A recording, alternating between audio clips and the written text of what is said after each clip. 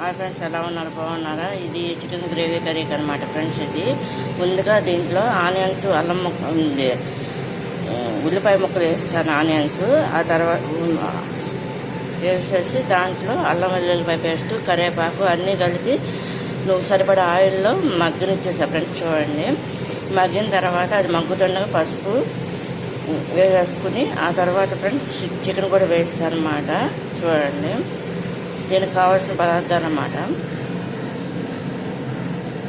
పసుపు, salt, water, కారం అన్నమాట. ఇది అయిపోవచ్చిందన్నమాట ఫ్రెండ్స్. ఇది దీనికి దించే ముందు కారం కూడా వేసేసి లోటాలో వాటర్ కూడా పోయేస్తాను అనమాట. ఇది కనుక మీకు నచ్చినట్టు లైక్ చేయండి, షేర్ చేయండి, సబ్స్క్రైబ్ చేయండి. చికెన్ గ్రేవీ కర్రీకి అనమాట. దించే ముందు మసాలా కూడా వేస్తాను ఫ్రెండ్స్. ఆ వీడియో కూడా పెడతాను అనమాట. ఇది కనుక మీకు నచ్చినట్టు లైక్ చేయండి, షేర్ చేయండి, సబ్స్క్రైబ్ చేయండి.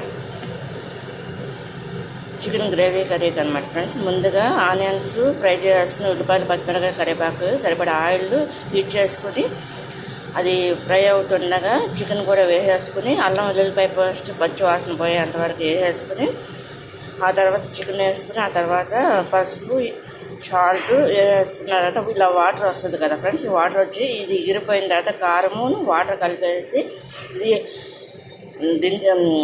ఎగిరిపోతుండగా వాటర్ పోసేసి లైట్గా గరం మసాలా కూడా వేసేసుకోవాలన్నమాట. అప్పుడు గ్రేవీ కర్రీగా దించేసుకోవటం అనమాట. ఇది కనుక మీకు నచ్చినట్లయితే లైక్ చేయండి, షేర్ చేయండి, సబ్స్క్రైబ్ చేయండి. బాయ్.